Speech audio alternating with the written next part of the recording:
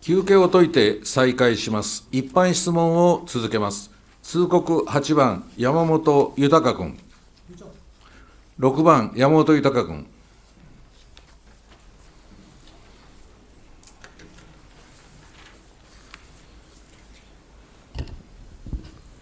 こんにちは。6番議員の山本豊でございます。議長のお許しが出ましたので、壇上から一般質問をさせていただきます。それでは、通告書に従って質問をいたします。今回の私の一般質問は大きく2点あります。大きな1点目です。1、町の現状と課題について。人口減少、高齢化が進む町の現状について伺います。1、町の現状と課題認識について、本町の人口は2025年4月1日現在、6568人、高齢化率は 53.1% と、全国平均 30% を大きく上回っています。町長はこの深刻な人口減少と高齢化に対し、どのような課題認識をお持ちか伺います。2、雇用創出と若者定住促進の必要性について、2024年12月のハローワーク下田の有効求人倍率は 1.24 倍で、特に若年層、20歳から39歳の就労機会が限定的です。その結果、UI ターン希望者も年間数名程度にとどまっている現状です。1、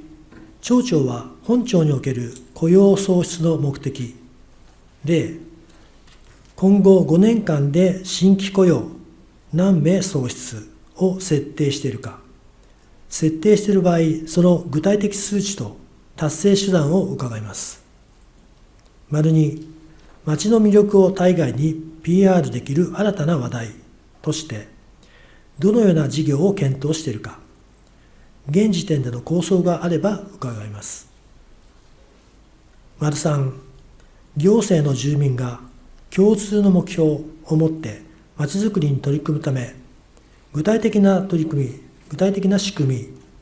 例、住民参加型プロジェクト、共同事業等は存在するか、存在する場合、その成果を伺います。大きな2点目です。2、地域活性化事業の推進について。温泉水を活用したキクラゲ栽培事業は、雇用創出、空き家活用、観光振興、健康促進等、多面的な地域課題の解決に資する可能性があります。本事業の実現可能性と、町として取り組み方針について問います。1、大総理3号温泉の未利用温泉水の有効活用について。大総理3号温泉は、新野畑地区と町が各 50% を所有し、町有分は山彦荘などで利用されていますが、湧水量毎分770リットルの一部が未利用のまま廃棄されていると認識しています。1、大総理3号温泉の正確な湧水量、現在の利用量、未利用量、廃棄量を伺います。また、未利用温泉水の有効活用について、これまで町として検討した経緯があるか伺います。2、同温泉の泉質は、カルシウム硫酸塩温泉で飲用可能であり、カルシウム含有量405ミリグラムパーキログラム、サルフェート含有量1107ミリグラムパーキログラムと、農業利用に適した成分組成を有しています。町はこの温泉水の成分分析データを保有しているか、分析頻度やその活用方法について伺います。3、キクラゲ栽培は温度25度 C、湿度 80% の環境が最適とされ、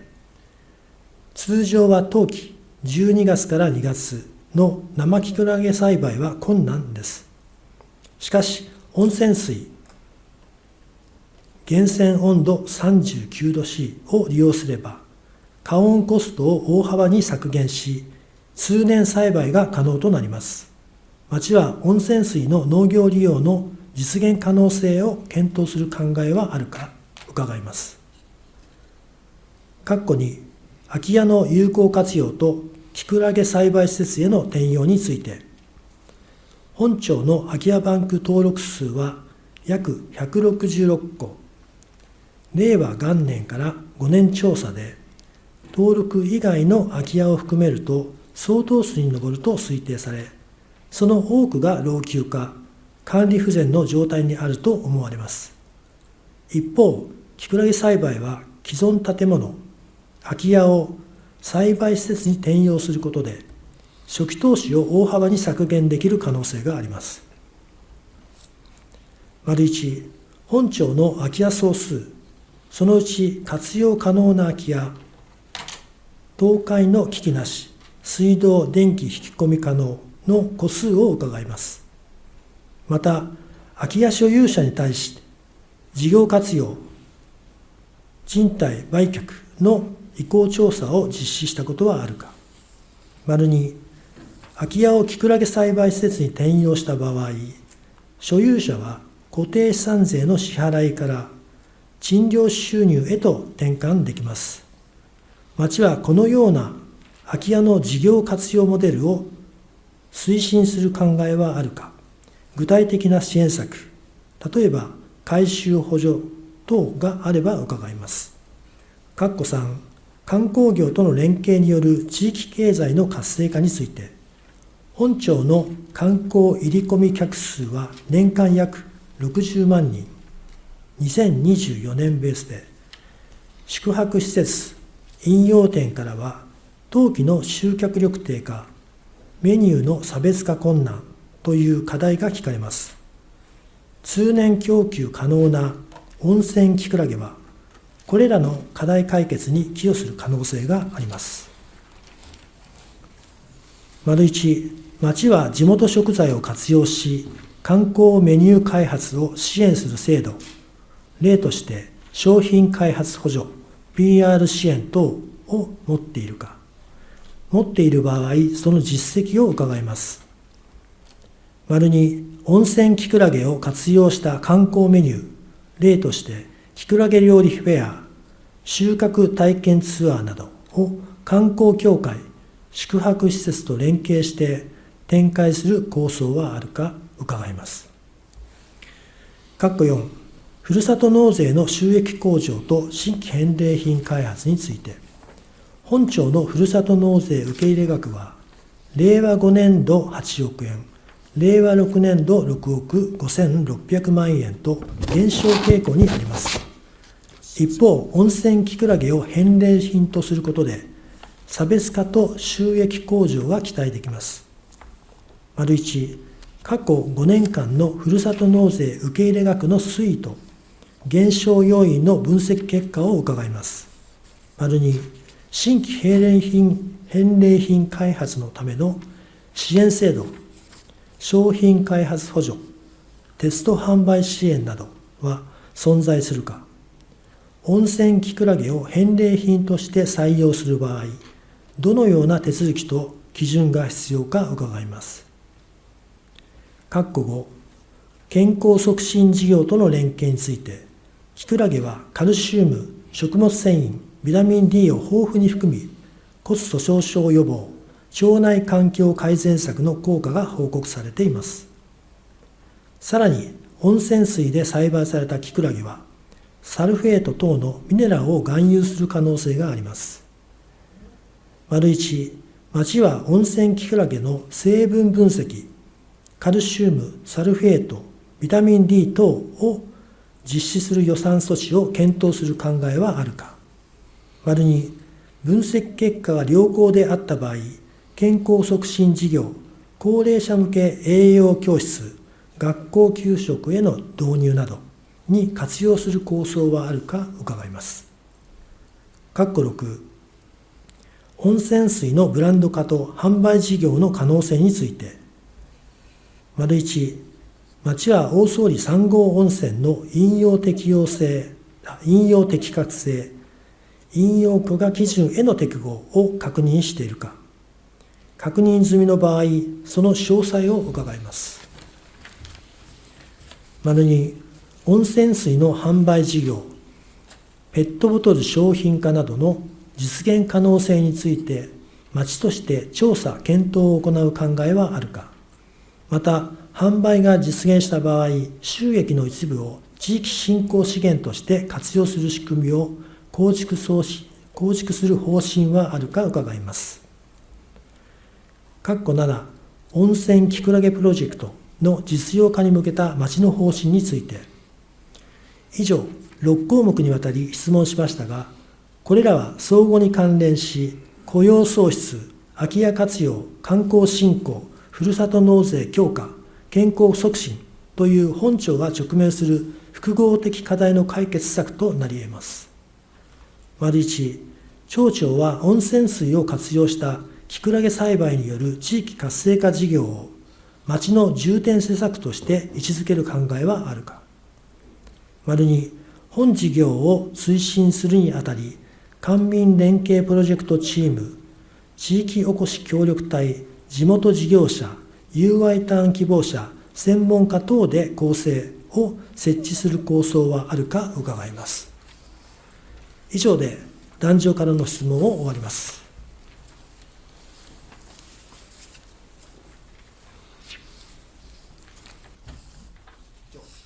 町長。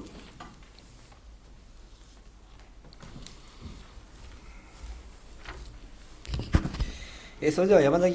本議員の一般質問にお答えをさせていただきます。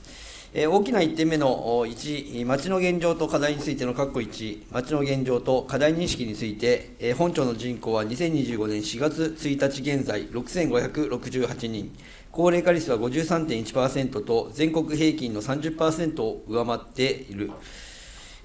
町長はこの深刻な人口減少と高齢化に対し、どのような課題認識をお持ちか伺うというご質問でございます。課題認識につきましては、第2次西伊豆町総合計画の第1編第3章、西伊豆町の主な課題にまとめております。総合計画を策定する際に実施した町民アンケートからも、多くの町民が人口減少への不安と、町の活力低下を感じていることが分かりますが、より一層の子育て環境の充実や、新たな産業の創出による雇用の確保、住環境の整備、また福祉や介護サービスの適切な提供などにより、若い世代から高齢者までの多様な世代が住み続けたい、住んでみたいと思える魅力あるまちづくりを推進していく必要があると考えております。次に各国の雇用創出と若者定住促進の必要性について、1、本庁における雇用創出の目標を設定しているか、設定している場合、その具体的数値と達成手段を伺うということでございます。町全体の雇用創出目標は設定しておりませんが、第2次西伊豆町総合計画等に記載した新就業農業者数など、個別に雇用目標を規定しているものもあります。また、達成手段については、町人仕事創生法第10条により定めている西伊豆町町人仕事創生総合戦略の中で規定し、事業の検証については、産官学等の代表者で構成する総合戦略策定会議において毎年行っております。次に、2の町の魅力を対外に PR できる新たな話題として、どのような事業を検討しているか、現時点での構想があれば伺うというご質問でございます。木質バイオマス発電施設の完成を機に、来年度に国が進めている2050、ゼロカーボンシティを表明するとともに、現在作成中の地球温暖化対策実行計画を町ぐるみで進めながら、地域循環共生圏の構築を目指しておりました。環境省のホームページには、地域循環共生圏は日本が目指す持続可能な社会の姿であると位置づけられており、対外的に PR することで観光誘客や関係人口の創出にもつながると考えておりましたが、当庁ではその主軸となる木質バイオマス発電事業が中止になったことにより、新たなスキームを構構築していく必要があります。次に、丸3の行政と住民が共通の目標を持ってまちづくりに取り組むための具体的な仕組みは存在するか、存在する場合、その成果を伺うというご質問です。当庁は共同によるまちづくりを推進するため、平成21年3月に策定した夕日のまちづくりマスタープランに基づき、地区の代表者等で構成するまちづくり協議会を設置いたしました。自ら解決できる課題は自分自身で、解決できない課題は地域で、地域で解決できない課題は行政が担うといった自助、共助、公助の意識の醸成に取り組み、田子地区、荒利地区では今もなお地域課題の解決に向け活動を続けておられます。次に大きな2点目の地域活性化事業の推進についての括弧1、大総理3号温泉の未利用温泉水の有効活用について、丸1として、大総理3号温泉の正確な流出量、現在の利用量、未利用量を伺います。また、未利用温泉水の有効活用について、これまで町として検討した経緯があるのか伺うというご質問ですが、特にこれといった利用を検討したことはありませんが、山彦荘の温泉プールは、未利用温泉の有効利用策であろうというふうに思います。流出量につきましては、毎分710リッターで、利用量は500リッター程度ありますので、未利用分は210リッターとなります。次に、丸2の同温泉の泉質は、カルシウム、硫酸塩温泉で飲用可能であり、カルシウム含有量405ミリグラムパーキロ、サルフェート含有量1107ミリグラムパーキロと農業利用に適した成分組成を有しております。町はこの温泉水の成分分析データを保有しているか、分析頻度やその活用方法について伺うというご質問です。大総理3号源泉でございますが、温泉法で定められている10年に一度行われる温泉分析は行われておりますので、成分分析データは保持しておりますが、飲泉用の分析は行っていないため、飲用の可否については分析しないと分かりません。なお、入浴用の分析表につきましては、山彦荘の浴場入り口に表示し、活用しております。次に、丸3のキクラゲ栽培は、温泉水を利用すれば、加温コストを大幅に削減し、通年栽培が可能となります。町は温泉水の農業利用の実用可能性を検討する考えはあるかというご質問ですが、堂ヶ島温泉、宇久須温泉はともに加温をして相当しているため、その活用の仕方によっては、加温費用が増え、温泉料金を値上げしなければならなくなる可能性もあります。未利用分のあるネギの畑温泉の場合であれば、一向の余地はあるかもしれませんが、他の温泉を活用しての農業利用は難しいと思います。次に、括弧2の空き家の有効活用とキクラゲ栽培施設への転用についての丸1、本庁の空き家総数、そのうち活用可能な空き家の戸数を伺う。また、空き家所有者に対して事業活用の意向調査を実施したことはあるのかというご質問です。令和7年8月現在、空き家総数は193戸で、令和5年度に実施したアンケート調査で利用可能な空き家と判断した166戸に、建設課が調査した管理が行き届いていない27戸を加えたものとなります。また、賃貸売却の意向調査につきましては、令和5年度のアンケートでは15戸となっております。次に、丸2の空き家をキクラゲ栽培施設に転用した場合、所有者は固定資産税の支払いから、賃料収入へと転換できる。町はこのような空き家の事業活用モデルを推進する考えはあるのか、具体的な支援策があれば伺うというご質問です。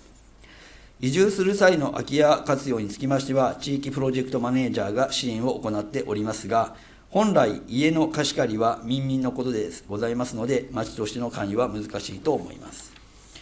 次に、括弧3の観光業との連携による地域経済の活性化についての丸1、町は地元食材を活用した観光メニュー開発を支援する制度を持っているか、持っている場合の実績を伺うというご質問です。町では観光メニュー開発を支援する制度は現在ございません。事業者様には、小規模事業者持続化補助金や、ものづくり補助金など、国や県の補助金を申請いただくようお伝えしております。次に、丸2の温泉キクラゲを活用した観光メニューを観光協会、宿泊施設と連携して展開する構想はあるか伺うということでございますが、町としての構想はございませんが、議員個人としての構想として、事業の展開は可能でございますので、直接観光協会にご相談ください。次に、括弧4のふるさと納税の収益向上と新規返礼品開発についての丸1、過去5年間、ふるさと納税受け入れ額の推移と減少要因の分析結果を伺うというご質問です。西伊豆町の寄付額は、令和2年度の約15億円をピークに、令和3年度は約13億円、令和4年度が11億円、令和5年度が8億円、令和6年度は6億5000万円と減少で推移しております。減少の要因といたしましては、返礼品のトレンドが高級品、あるいは物価高騰に伴い、生活必需品へとシフトしてきていることが大きな要因となっております。また、当庁の主力である干物は、多くの沿岸部自治体が返礼品として提供していることから、差別化が難しいことや、ある干物セットでは、令和4年度まで寄付額1万円で5種類28枚以上の干物が提供できていたものが、令和5年4月1日からは寄付額1万2000円、同年10月1日からは寄付額1万5000円と跳ね上がったこと、他の干物セットでも寄付金額は同じ1万円で、干物の枚数が20枚から15枚に減るなど、魚の仕入れ単価や物流コストの高騰、人件費の上昇などが影響し、干物の枚数を減らさざるを得なかったことが、他自治体の店舗での購入と比較した際に、お得感が薄れたとリピーターに捉えられたことも要因になっていると考えられています。次に、丸2の新規返礼品開発のための支援制度は存在するか、温泉キクラゲを返礼品として採用する場合、どのような手続きと基準が必要か伺うというご質問です。ふるさと納税返礼品につきましては、商品開発やテスト販売などに関する支援制度はございません。新規返礼品として取り扱うためには、町が総務省に申請し、返礼品登録の許可を得る必要がございますので、返礼品取扱事業者の方には、まず、ふるさと納税係に返礼品の概要を相談していただくことになります。なお、新規返礼品開発の資金を支援する制度を創出した場合、国が定める経費とみなされる可能性が高く、規定の経費を超過する恐れがあります。このため、商業用として商工会や国の支援制度を活用することがよろしいかと思います。次に、括弧5の健康促進事業との連携についての丸1、温泉キクラゲの成分分析を実施する予算措置を検討する考えはあるのかというご質問です。民間の事業所様は自社商品を売るためにいろいろな努力をされております。必要経費はまず自社の利益から支出をして、どうしても資金が不足する場合には、金融機関からの融資や事業に見合った補助金を探して申請するなどで補っていると思います。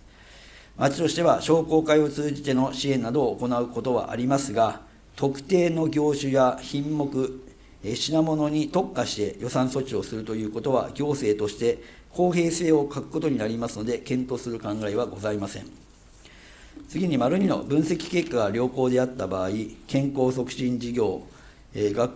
に活用する構想はあるか伺うというご質問です。今現在何もない時点で活用する構想はあるかと聞かれましても、検討する材料がございません。次に、括弧6の温泉水のブランド化と販売事業の可能性についての丸1、大総理産後温泉引用適格性を確認しているか、確認済みの場合、その詳細を伺うというご質問ですが、先ほど答弁いたしましたとおり、引用適格性の検査はしておりません。次に、丸2の温泉水の販売事業の実現可能性について、町として調査、検討を行う考えはあるのか、また、販売が実現した場合、収益の一部を地域振興財源として活用する仕組みを構築する方針はあるか伺うというご質問です。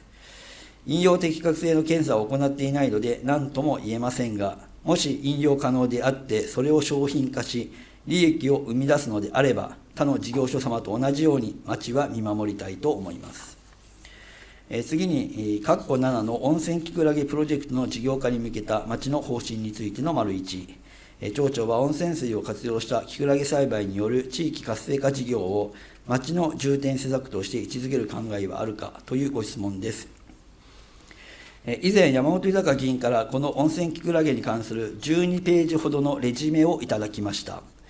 その際、試食用のきくらげもいただきましたが、大変おいしかったということは事実としてあります。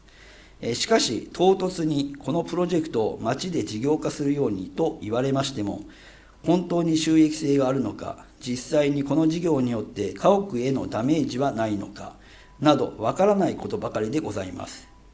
木質バイオマス発電事業に関しては、町は説明を尽くしてきたつもりでございますが、データの根拠や積算の甘さ、数字の信憑性についてなど、さまざまなご意見をいただきました。その時の状況と今回の提案を比較した場合、回答のしようがございません。また、山本議員の一考察のみで、町の重点施策への位置づけについて問われましても、回答にも対応にも困ります。また、いただいたレジュメには、1年間で事業投資額を回収とも書いてありましたので、大変有料な事業なのだろうと思います。そうであるならば、議員自ら会社を設立し、事業を行って、大いに利益を上げていただくとともに、ふるさと納税の返礼品にも出品をしてください。行政が介入してでも守らなければならないものに関しましては、住民の皆様のご理解をいただいた上で支援をすることはありますが、基本的に行政が利益を上げる事業には関与すべきではないと考えております。次に、丸2の本事業を推進するにあたり、官民連携プロジェクトチームを設置する構想はあるか伺うというご質問です。こちらも同じように、パッと出された提案について、設置の構想はあるかと言われましても、ありませんとしか言いようがございません。多分ありませんとか、質問に否定的な答えを言わせようとしているのかもしれませんが、このような質問や町の事業での取り組む中身などに関しては、一定の手続きや協議を行わずに決めることはございませんので、ご理解のほどよろしくお願いいたします。以上、壇上での答弁を終わります。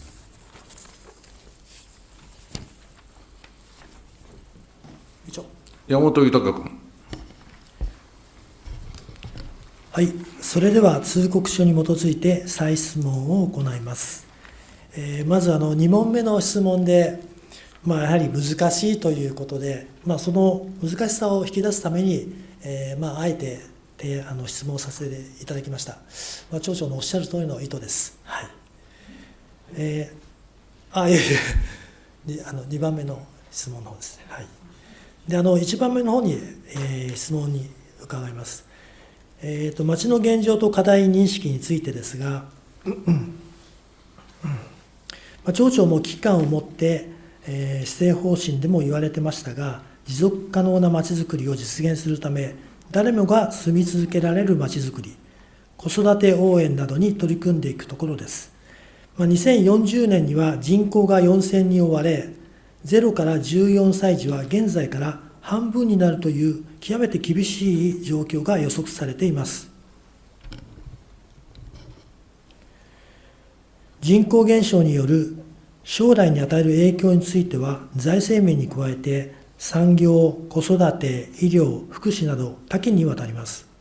行政、産業界、そして住民の皆様がより強い危機感を持ち、具体的な将来像を描き、実行していく必要性があると考えております。このような認識は町長と同じと考えてよろしいでしょうか。町長。はい。人口減少、高齢化、少子化、この辺については当然、総合計画を作る中で承知をしております。ただ、山本豊議員の思っていることと一緒かというふうに言われると、それは分かりません。山本豊君。はい、ありがとうございます。厳しい状況を改善するというのは、特効薬というのはなかなか厳しいという現実があります。将来に向けて夢が見られるような取り組みを実施していくことが必要かなというふうに思います。続きまして、次の質問ですが、具体的な数値というのはないということでしたけれども、人口減少の対策として雇用創出と若者定住促進について伺いました。で、第3期西伊豆町まち人仕事創生総合戦略の中で、5年間で2人と定められています。で、目標としては大変少ないように思います。本町の主要な農業は、わさび、牡蠣、アロエ栽培が挙げられますが、耕作されてない農地の有効利用などで目標を高めることはできないでしょうか。まちづくり戦略課長。はい、今、山本議員がお話しされたお二人というのは、新規就農者の数かと思いますけれども、当庁におきましてですね、兼業ではなく、専業で農業を営むというのはなかなか難しいという実績がございまして、これまでもその数値を上げようといろいろ努力をしてきたところではございますが、今お話ししたようになかなか大変な状況でございますので、目標として2人というのを設定しているところでございます。山本豊君。はい、厳しい状況の中で2人ということで理解しました。で、昨日のですね、施政方針の中で言われてました、耕作放棄地再生、高単価園芸導入促進事業補助金を新たに創設しまして、放棄されている農地の再生、高収益な園芸作物の導入を支援するというのがありました。で、こちらについても期待が見込めるかと思いますので、大体のその人数ですとか概要を説明していただきますと助かります。産業振興課長。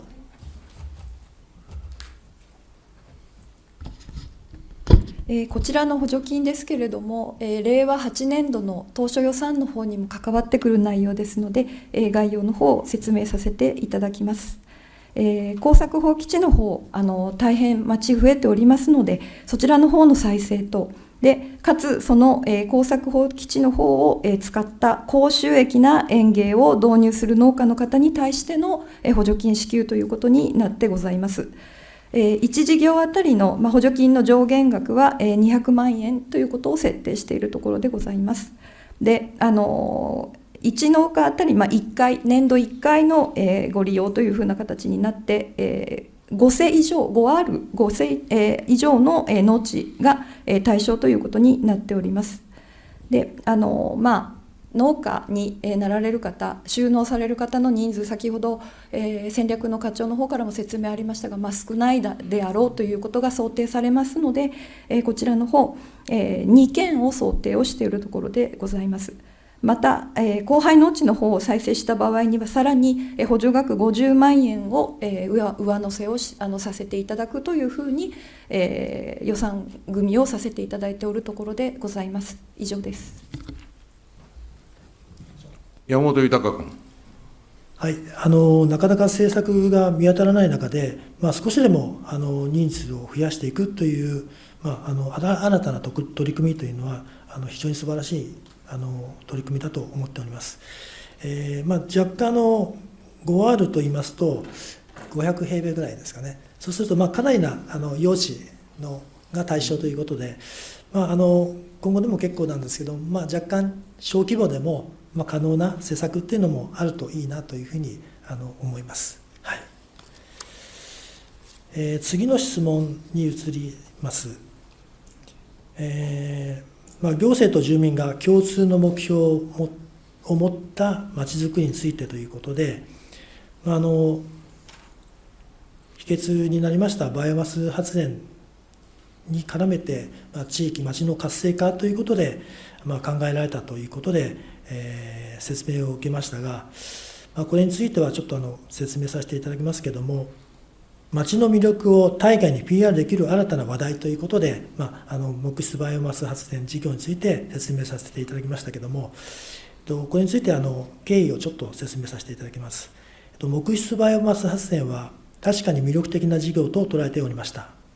しかし、事業内容を精査すると、材料の確保や採算性、浸水区域への設置、住民との対話不足など課題が多く、フィット申請の期限が迫り、手続きを急ぎすぎたように思われます。再度、バイオマス発電事業にチャレンジされるのであれば、林業支援としてチップの生産を行うとともに、一市三町によるゴミ焼却炉の建設が中止となりましたので、ゴミの資源化を図るため、一般廃棄物の木くずと間伐材を燃焼する広域によるバイオマス発電事業を提案いたします。フィットから外れますので、若干ですね、ゴミについては外れますので、収益という意味では落ちますが、もともとゴミをお金をかけて焼却するという建設費が相当かかってますので、その建設費を、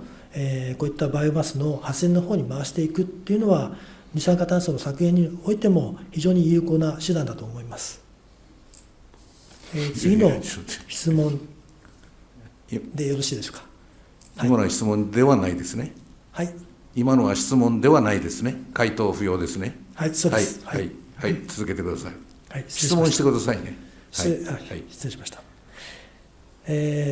丸3の行政と住民が共通の目標を持ったまちづくりについてですが、地域の活力を生かして共同でまちづくりを行っていくことは素晴らしい取り組みだと思います。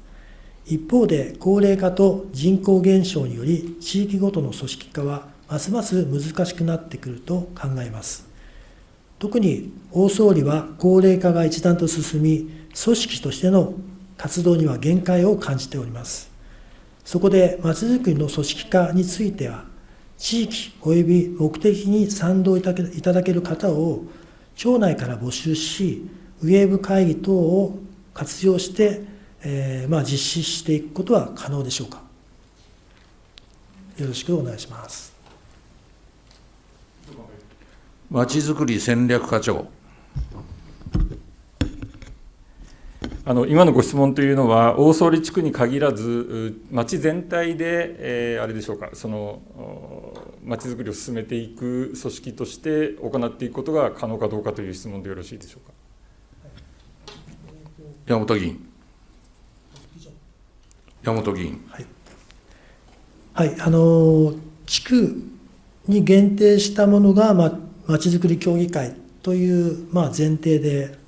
ありますと、大総理につきまして、高齢化が進み、なかなかその活動自体が、危ぶまれるといいますか、活性化できないような状況にあります。そこで、例えば何かの目的というのをあらかじめですね、設定した上で、大総理を含めて、大総理以外の方も、それに賛同していただける方、そういった方を募って、プロジェクトの一員として活動すると。ただ、西名田子荒利とかですね、やはりその距離もありますので、そういった面でウェブ会議等で、検討を重ねていくみたいな、そういった組織化の、考え方です。はい、町長。そうやってパッと出されて、今あるかないかというふうに言われても、どのようなビジョンをお持ちなのかよく分かりませんので、なんとも私の答えが合致するのか分かりませんけれども、町としては今現在、総務省が行っておられますふるさと住民登録制度をなんとか活用できないかということで、今、担当がいろいろと手探りで、情報の収集をしたりをしております。それが豊さんのおっしゃることに合致するんであれば、私たちの思っていることと一致をするかというふうに思いますけれども、山本豊議員が思っていることがよく分かりませんので、パッと出さないで何かしらのものを先にいただければと思います。山本豊君。はい、失礼しました。また詳しいことは、担当の方に伺いながら進めていきたいというふうに思っています。一番のまとめとしまして、国や県では人口減少の記録を更新したと、先日ニュースにありました。この人口減少は日本全体、そして西伊豆町の未来にとっても極めて大きな問題で、根本的な解決策を見出すことは容易ではないと改めて思いました。しかし、西伊豆の魅力を高め、行政、事業者、そして住民の皆様が共同でそれぞれの立場に立って可能なことを実施していく。このことが明るい未来への第一歩だと感じました。特にまちづくり協議会という組織を活用できるのであれば、新たな事業の展開ということも可能になりますので、若い世代の方の参入が期待でき、素晴らしい取り組みだというふうに考えております。また、具体的な取り組みにつきましては、担当の方にご相談を受けながら、自ら進めていきたいというふうに考えております。町長。はい、ご相談をされて、豊さん議員が進められることはいいんですけども、それを進めるために役場の職員を使うのはやめてくださいね。豊さんの秘書ではございませんし、あくまでも、職員は町民のために働いてございますので、一個人の願望を果たすために使うということだけはやめてください。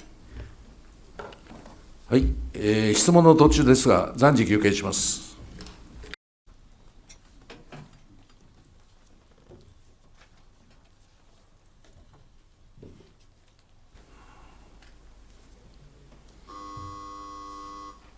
休憩を解いて再開します。一般質問を続けます。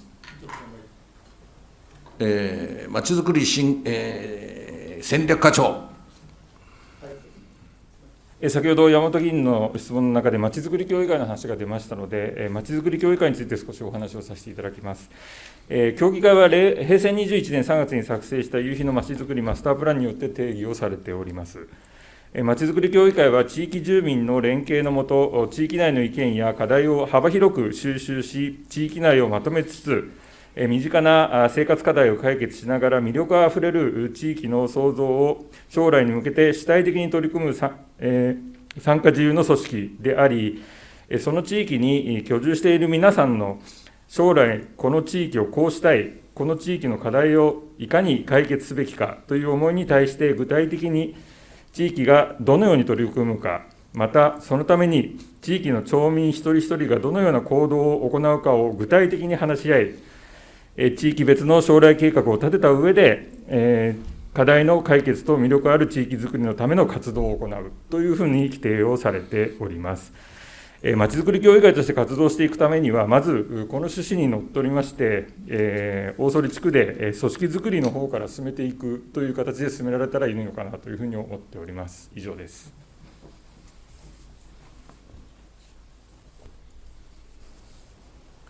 以上。山本豊君。はい、説明ありがとうございました。で、一点ちょっと確認をしたいんですけれども、大曽利地区で、地区の課題を解決するための計画を立てていくと。で、当然地区の方が中心になって、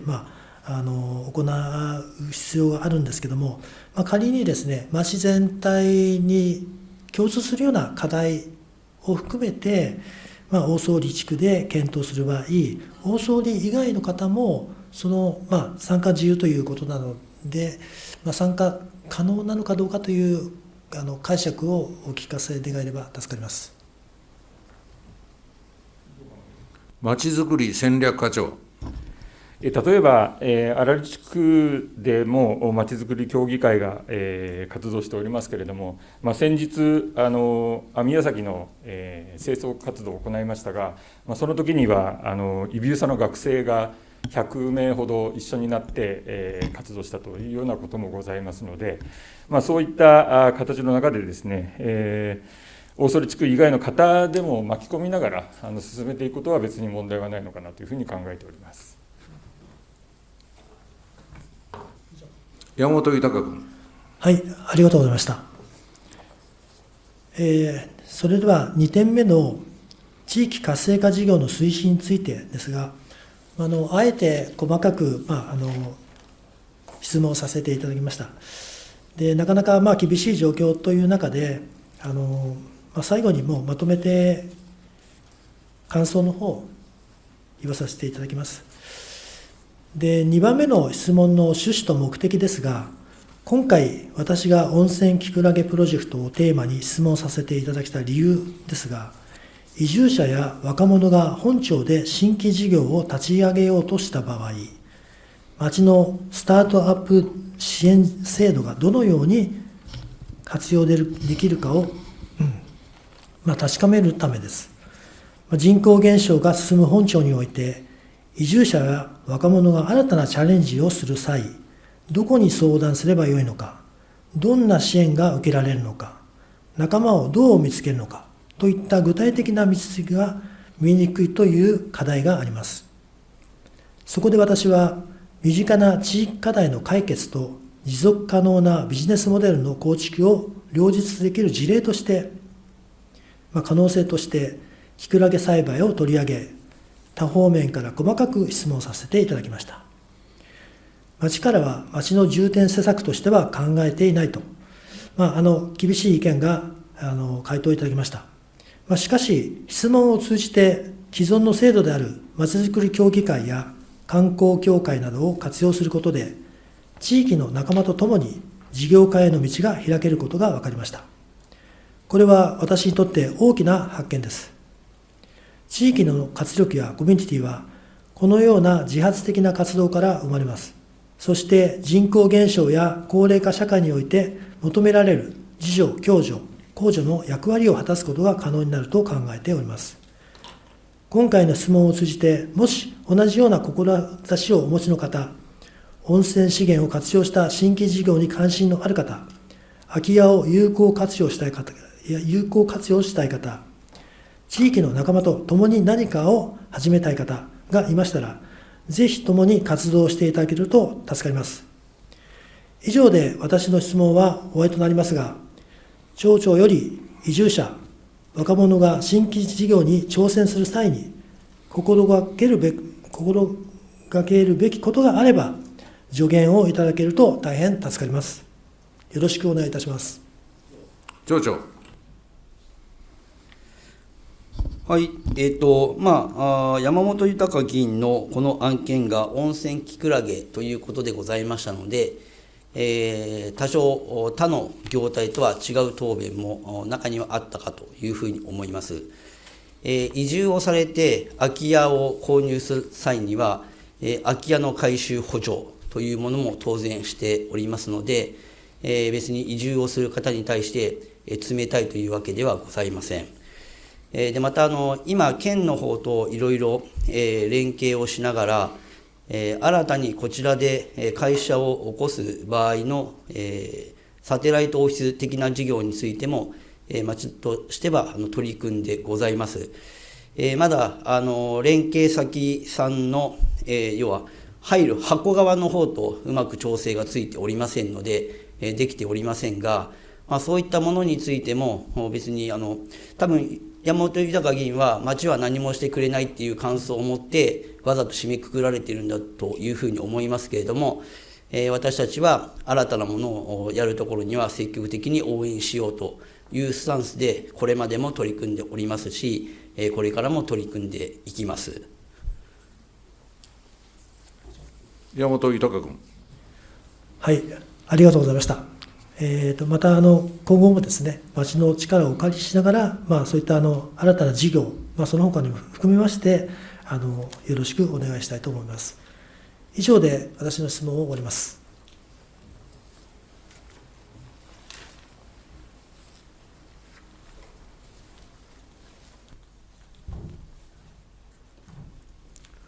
6番、山本豊君の一般質問が終わりました。暫時休憩します。